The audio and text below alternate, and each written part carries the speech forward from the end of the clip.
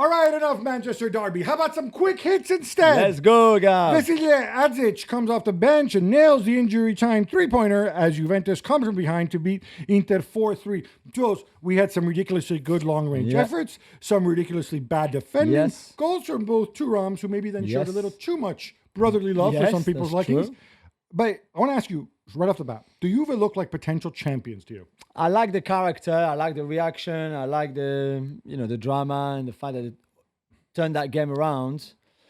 I felt it was more Inter that had lost it than Juve won it, to be honest with you. I thought Inter, once they were back on top after the first Thuram goal, so the Marcus one, I thought, okay, this is it now. There's no way they can lose this game. And we know those games are crazy because we saw the 4-4 from last season. We remember that game. But I was very surprised at the way Inter just let that game go. And whether it's on Kivu, the players, the most experienced players, the leaders, I don't know. But it felt to me like that. So great for Juve. Big win for Tudor as well. But it felt to me it was more on Inter. A big individual errors, I thought, from Manuel Akanji and from Jan Sommer. Two veterans who really should know to do better when you freaking Lloyd Kelly scores against you. Yeah. But we saw some ridiculous long-range goals. You were the Techers guy. Which one did you like the best? Oh, no, Yildiz for me. The back foot first touch is incredible. The Çalhanoğlu second, the control second, I mean, even Adzic, but I think Sommer has to save that last goal. A lot of eye candy there. Gab, Christian Kivu is getting a love stick for not doing more to change up Simone Inzaghi's team.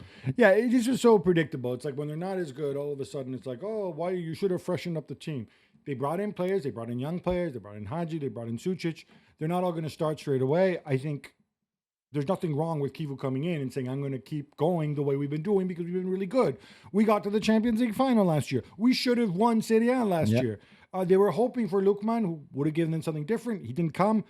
I think you need to lay off Kivu for now because without those defensive errors, which individual has nothing to do with him, they would have won this game. And that would have been a really, really big win. Yeah. So, please, lay off Kivu. And remember, the guy had 13 top-flight games under his belt as a manager before taking over this team. Jules, we're not done because we have more quick hits. Kylian Mbappé shines as Real Madrid win away to Real Sociedad despite playing with 10 men for more than an hour after Dean Hyson's red card.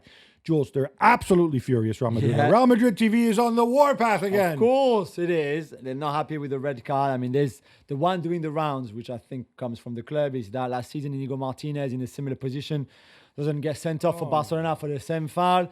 And this time, Hysson, they say that he was not the last defender. There was 40 yards between him and the goal, which is true. Eder Militao was covering, blah, blah, blah. He was covering-ish, really. But it might be a bit harsh. Maybe it's still a foul that I don't think Hysson needs to make, not in a game like this. Yeah. Not That's at what that you time. should be focusing on. And exactly. Your performance and the fact you're 4-4-4 at the top of the table. And by the way, in this situation, apparently the referees committee, according to what Diario AS is reporting, they're saying that the referee got it wrong, but VAR didn't intervene because they're angry that VAR didn't intervene, right? Because look, in the end with the referee, you're running, blah, blah, blah. Yeah, that's exactly. Fine, right? You don't.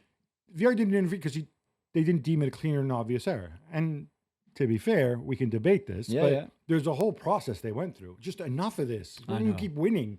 But let's not forget Mbappe's outstanding. His goal is incredible, the pace, and then his whole game. Barcelona stomp all over Valencia 6-0 as Fermin Lopez, Robert Lewandowski, and Rafinha nabbed 2 goals apiece. Jules, are you impressed or are Valencia that bad? A bit of both, Gab. Valencia are bad. We knew it anyway. We didn't discover it on Sunday night. But I thought there was good rhythm from this Barca team, even without the kind of superstar or even the stellar front three, if you want. I thought Pedri was just incredible again. You have a stellar one. You don't need a stellar front three. Yeah, true. There's no surprise there, but still, every time you watch him, it's just an absolute joy to watch. And Fermin was great. Even Ferran Torres, who I'm not the biggest fan, I thought played really, really well. And then when you can bring on Rafinha at halftime, and then Lewandowski a bit later on, they're just too good for a team like Valencia. Shout out to Fermin Lopez, by the way, just because they spent all summer trying to get rid of him to balance the books because he's homegrown, blah, blah, blah. Yeah. No takers. I still think there's a lot of football people who just don't believe in him, and I love it when he proves people wrong. Yeah, I agree. And sticking with that game, Gab, no Frankie de Jong, no Gavi, no Alejandro Balde, and especially no Lamine Yamal, who we saw in the stands. Hansi Flick was not happy about that. Yeah, he said he had an injury. He said he went off to play for Spain. He had some pain, didn't train. Apparently, they gave him painkillers so he could play, and they had at least a 3-goal lead in both matches. You remember the 7-0 against Turkey, and he still played 73 and 79 minutes, and I'm quoting here. They're not looking after the player. I am very sad about this. Yeah, he's right. Shades of Dembele, not much you can do. I think we're going to get to the stage where I think players need to feel more empowered. I'm going to need to stage where players should have their own physical, the superstars who can afford this, obviously, their own doctors and their own physical preparation guys, and say, Coach, I'm going to be out there for 60 minutes. And if you don't like it, then don't pick me. I mean, it's as simple as that. If it gets to this, right? I mean, it's hard to put in place, but yeah, something has to change anyway. Paris Saint-Germain gets set to defend the Champions League this week with a 2-0 win over Lens. As Speedy Barcola bags 2 goals. The second one, I thought even better than Mbappe's, or close to it. Yeah, it was pretty special, no? Yeah. The first one is the best. The Sorry, first the first one. The first one, amazing. Yeah. But Jules, more injuries.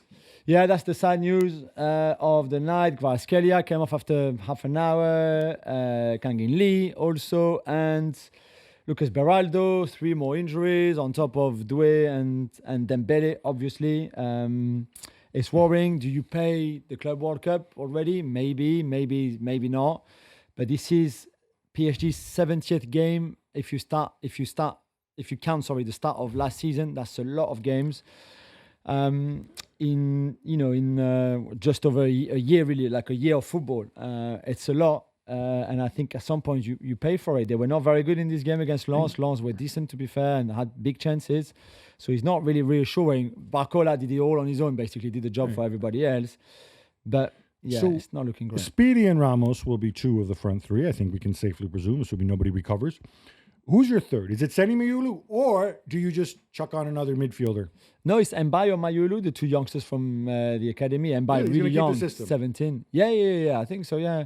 And then when does Warren Zaire-Emery get to play? No, he played yesterday. He started yesterday. No, I know, but playing the games that matter, not play with the B team and Beraldo and the Sillies. Yeah, no. I mean, he might play midfield because Fabian is a little bit uncertain as well. Joe Neves was on the bench. Vitinha played the whole game. So we might see Warren in that midfield 3 too. But it's just a little bit thin now in terms of squad, to be fair. Bayern stomp all over Hamburg 5-0. Jules, they were 4-0 up inside half an hour. Yeah, and I thought of you because I thought you'd be happy watching this game, considering they clearly didn't run up the score like you hate. I hate running up the score. Because I think I 4-0 up at halftime. I'm like, after half an hour, I'm like, this is going to be 10 or 12. Although that Leonard Carl kid tried to run up the score. He's a player and a half. He's young. Yeah, but he's not in the Champions League squad. But yeah, that left foot is amazing. And wait, you're going to see more of him. But yeah, I thought this was going to finish 10 or 12. And then it was just the 5. So I thought, they follow the Marcotti rules, Rasmus Højlund scores on his debut for Napoli, who win 3-1 away at Fiorentina. Gab? Højlund did what he was supposed to. He missed a sitter early on. Yeah. And I'm like, did he take all his bad vibes from Manchester to Naples? No, of course not. He picked up. He's a really useful weapon for Conte to have because he can attack the space behind. And that's what they needed in transition. He runs. He doesn't take a lot of shots, but he runs. He clears space. He creates havoc. And that's what they need from him. In other games, when opponents sit and park the bus, hey, bring in the big man, Lorenzo Luca. When Lukaku returns, obviously you lose both these guys and you put Big Rom in there again. But yeah, I thought Napoli looked good. Kevin De Bruyne sharp again, moved out to the flank, old school. Conte's experimenting with tactics. And Spinazzola's pass for Højlund is pretty special. Bit special. Well, Atletico Madrid get back to winning ways in La Liga as they defeat Villarreal 2-0, Jules. Yeah, finally. First good goal by Barrios, the first one. Great little assist, back heel from Julian Alvarez, and when you start early like that and you're a Cholo team, then things get better. I like the fact that he started Griezmann up front with Alvarez. Not that Griezmann was amazing, but I think he deserved to be tried there.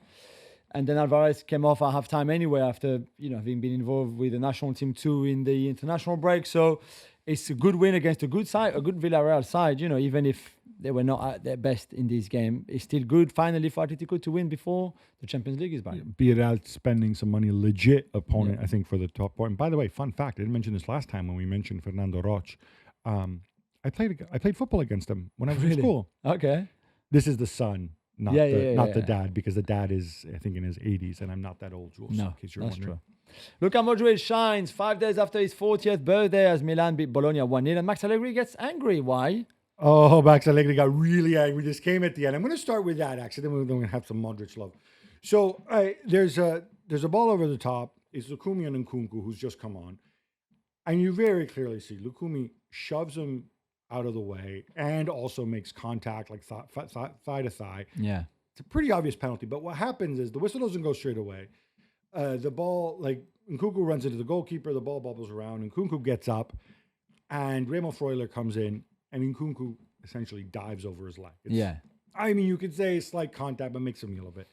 So the referee gives a penalty, and then VAR calls him over, and he looks at it, and he's like, oh, Nkunku took a dive, completely forgetting that he was clearly fouled before. First. Yeah. So that drove Max. Yes. It just drove him crazy. So he did a thing where, like, he goes into Max Hulk mode. He like rips the jacket, comes off, of course, and he gets sent off. And look, this kind of overshadowed things. It was obviously a mistake. This is why we want better communications from VAR. And also, fourth official, if you're in on this, you saw what happened. I mean, referee should have said, hey, by the way, yeah, okay, this was a dive, but can I have another look while I'm here at the other one? This should be used for the good of the game, making the right decisions, not this nonsense where you forget about this and that. Oh, we're not allowed to look at this. Come on. I thought Milan played well. They hit the woodwork 3 times. But yeah, it was Luka Modric, 40 years old, scoring in Serie A. It's like he has the technical ability and the brains that I just love the fact he has so much time on the ball. Yeah. Rabiot I think that midfield helps him with Rabiot. Fofana, Rabiot played the whole game, despite not having played much really so far this season because of what happened in Marseille, which I thought was good. I like what Milan did. By the way, Christian Pulisic coming on at the end and looking really, really sharp. Yeah. He's up for it. Yeah. And Rafael Leao still to come back from injury. Now, this was way back on Friday, but Bayer Leverkusen knock off much hyped Eintracht Frankfurt on Kasper Hjulmann's debut, despite having 2 guys sent off. So was it just a case of removing Erik ten Hag and his bad vibes, and suddenly everything's fine? I don't know. I don't know yet. I think time will tell for that. But certainly they were much better than anything we saw under Ten Hag, albeit it was only 2 games plus 1 in the cup.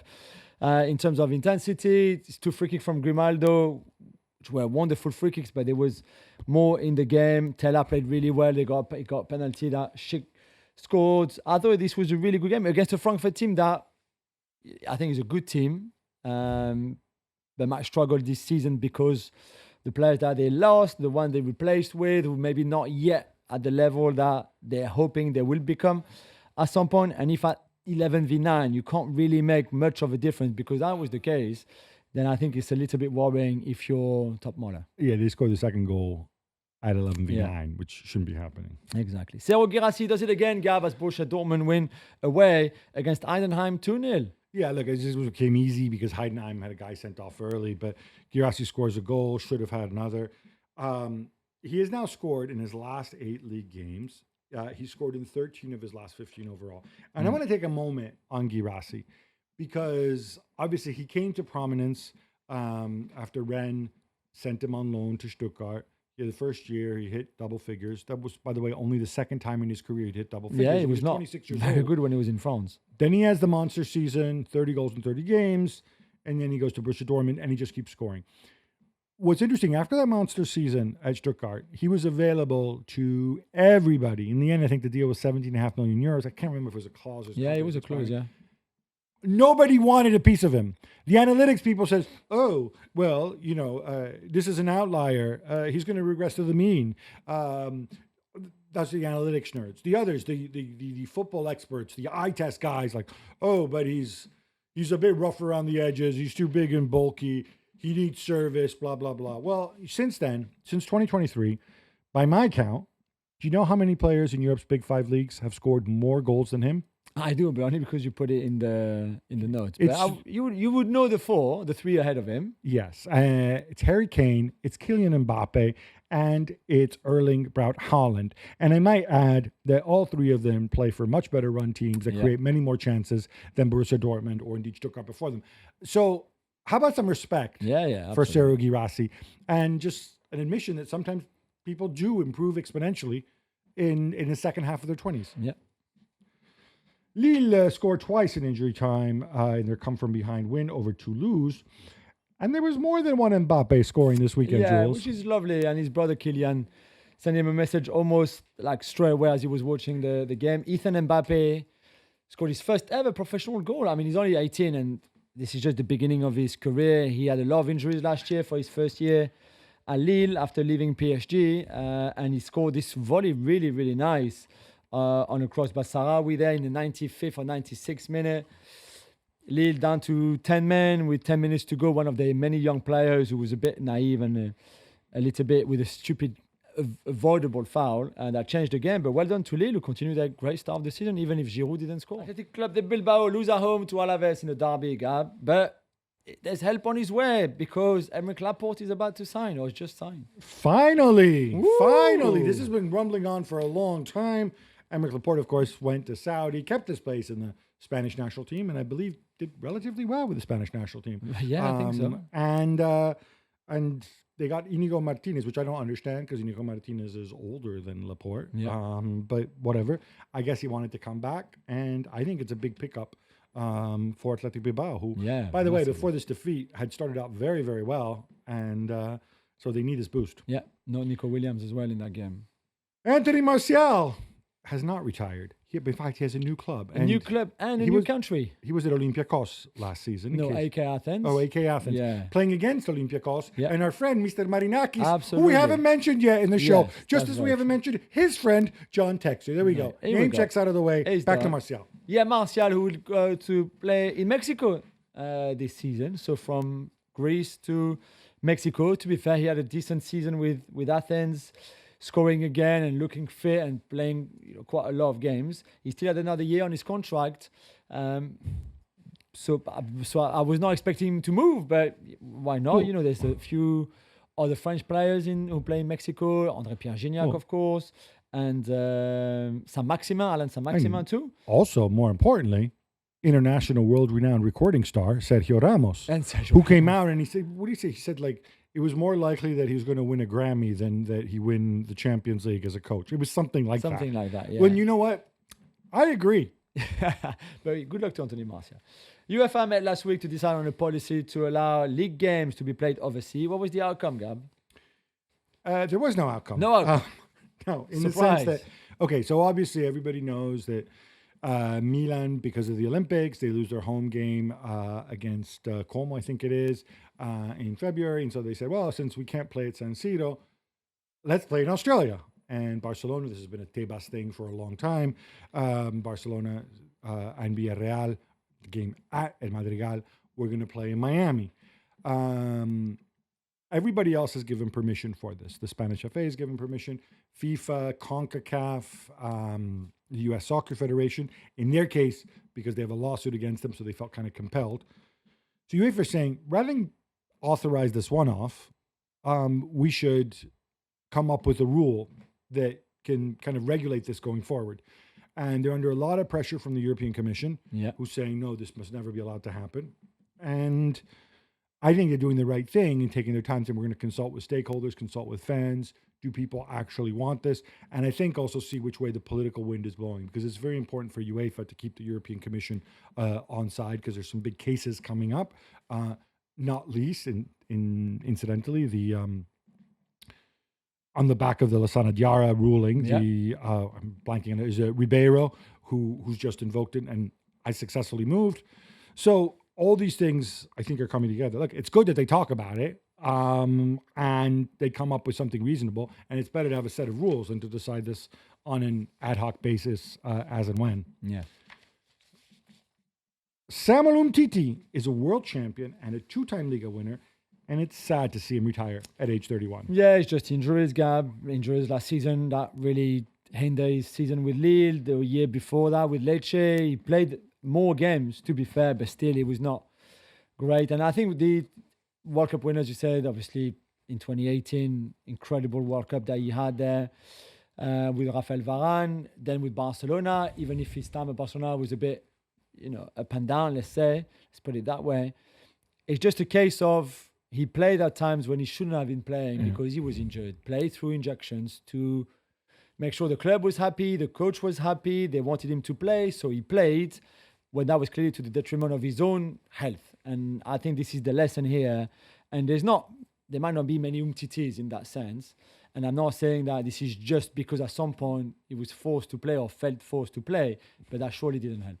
What I'm going to repeat what I said before in the show. If you are a top flight footballer and can afford it, you should get independent fitness advice and independent medical advice, because club doctors work for the clubs. They may sign with Hippocratic oath and whatever, but they're often stuck in the middle. And you should decide for yourself, for your own body, and you should have all the information and decide what you're prepared to do. Joe Simeone scores the only goal as Roma fall at home to Torino. Gab Gasparini is annoyed. It was a tremendous goal from Simeone. Yeah, Gets goal. overshadowed by Shalanoglu and Kenan Yildiz this weekend. Some great goals in Serie A. But really well taken. Gasparini's annoyed and he goes and he blames the international break and blah, blah, blah.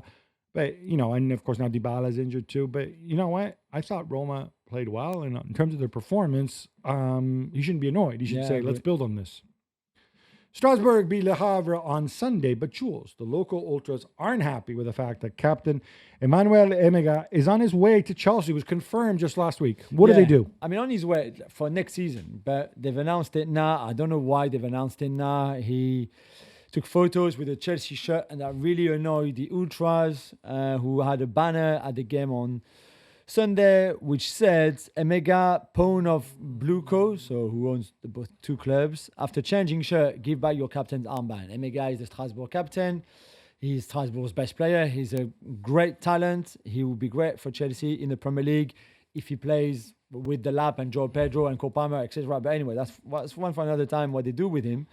But the fans clearly didn't like the fact that not even halfway through the season, a month within the season, they announced that he was going to play for another club at some point and took photos with the new shirt. There was also a banner very critical against Keller,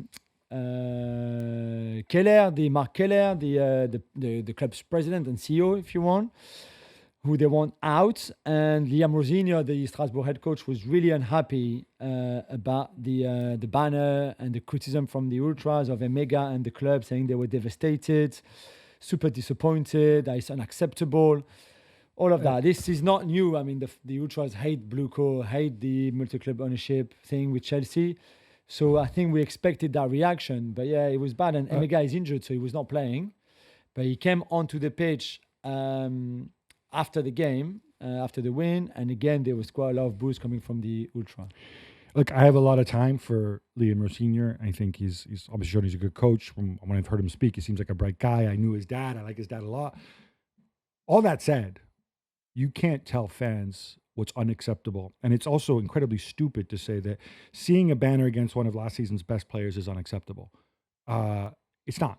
They're the ultras. They're the fans. They're the Strasbourg fans. They're the Strasbourg fans who will be there when you're gone, when Emega's gone, when Bluco's gone. They feel disappointed. They don't want to be owned by Bluco. It is their right to feel that way. I understand the way football works. You decided to buy this club. Presumably they did their research on it. They knew how some people would feel about it. And you went ahead and did it anyway. And you have to take it. Don't tell them. Who are you to tell them what is acceptable and unacceptable? All you have to say is... I think that was over the top from the ultras anyway. I think it's over the top from the ultras. What, that's fine. But you can't... You can say it's over... You can say it's excessive. Yeah. But when you say something is unacceptable... What do they have to do? They have to sit there and pay their tickets so you can keep getting your salary. What are we talking about here? You can say, I disagree with it. Like you can so many things you can say. I feel bad for Emega. He's got so much to give to this team this year. It's the way football works. You can come out and be honest and be like, hey, maybe without being owned by Bluco, Emega wouldn't even be here. Yeah, absolutely. And we wouldn't have come within, how close did they come last year to qualify for the championship? Yeah, they lost on the last week of the season, right? Yeah. You could make all those points. But you cannot come out and tell them that it's unacceptable for them to voice their views because they are the club, not Bluco. They will still be there when everybody leaves. And it just really bugs me when football people, ex-pros, come out and they're so oblivious to the people who actually make this whole thing work, which is the fans. Rough time for Inter Miami and Charlotte, Jules. They lose 3-0, and Lionel Messi's Panenka doesn't go according to plan. No, and then we always say, Messi or not Messi, when you try it and it doesn't work, you look stupid. First penalty missed since the 2022 World Cup, so that's a long time, 3 years without missing a penalty. He missed that one at 0-0, and then after that, things unraveled even more. They lost against Charlotte's Wilfried Zaha, Charlotte, by the way.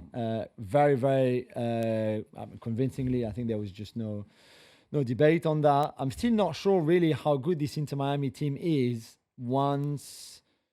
if Messi is just not, doing it for them, really. So that's a bad defeat. I'm going to assume most of our listeners know what a Panenka is, but for those who don't, go and Google it. I wrote a whole story on the Panenka, and I actually interviewed Panenka, and I had him judge other people's Panenkas. This was not a good Panenka. No.